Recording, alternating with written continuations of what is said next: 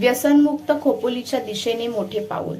पानटपरी चालकांनी दिली पोलिसांना साथ. खोपोली शहरातील तरुण पिढी व्यसनाच्या विळख्यात सापडू नये, अनेक कुटुंबाचे संसार उद्ध्वस्त होण्यापासून वाचावेत आणि शहरात निरोगी व सुरक्षित वातावरण निर्माण व्हावे, या सामाजिक उद्देशाने खोपोली पोलीस स्टेशनमध्ये शहरातील पानटपरी चालकांची महत्त्वपूर्ण बैठक आयोजित करण्यात आली होती. या बैठकीत प्रभारी पोलीस अधिकारी सचिन हिरे यांनी गुटखा, ई सिगारेट, व्हेप, हुक्का, फुलचंद पान तसेच शासनाने प्रतिबंधित केलेल्या तंबाखूजन्य पदार्थांच्या विक्री विरोधात कठोर भूमिका स्पष्ट करत सामाजिक जबाबदारीची जाणीव आणि विद्यार्थी वर्गामध्ये वाढणाऱ्या व्यसनाधीनतेबाबत गंभीर चिंता व्यक्त करण्यात आली. क्षणिक नफ्यासाठी विकले जाणारे हे पदार्थ अनेकांच्या आयुष्याचा घात करत आहेत. कॅन्सरसारख्या जीवघेण्या आजाराचे वाढते प्रमाण ही समाजासाठी मोठी धोक्याची घंटा आहे, असं सांगत प्रभारी अधिकारी सचिन हिरे यांनी उपस्थित व्यावसायिकांना संवेदनशीलतेचे मार्गदर्शन केले.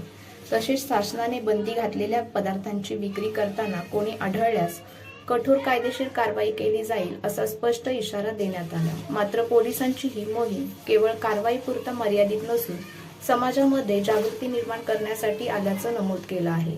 व्यवसाय करताना समाजाचे आरोग्य आणि तरुणांचे भविष्य जपणं ही देखील प्रत्येकाची जबाबदारी आहे, असे आवाहन यावेळी करण्यात आले.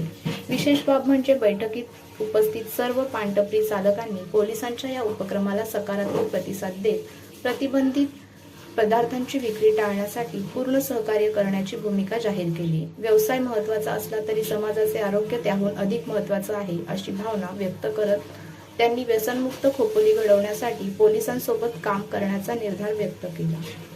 रायगड जिल्हा पोलीस अधीक्षक अंचल दलाल आणि उपविभागीय पोलीस अधिकारी डॉक्टर विशाल यांच्या मार्गदर्शनाखाली सुरू असलेल्या या जनजागृती मोहिमेमुळे खोपोली शहरात व्यसनमुक्तीबाबत सकारात्मक वातावरण निर्माण होत असून पोलीस प्रशासन आणि व्यावसायिक यांच्या संयुक्त प्रयत्नातून समाजहिताचा एक आदर्श उपक्रम उभा राहत असल्याची भावना नागरिकांमधून व्यक्त होत आहे.